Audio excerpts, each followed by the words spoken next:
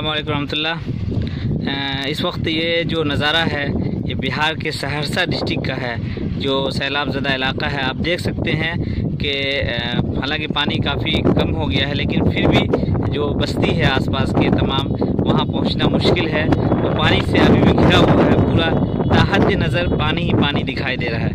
आप देख सकते हैं कि पूरा का पूरा जो इलाका है ये यहाँ पानी आने की वजह से मुतासरीन तक पहुँचना मुश्किल है। सवाए इसके कि कश्ती का सहारा लिया जाए और उसी के ज़रिए पहुँच सकते हैं, इसलिए कि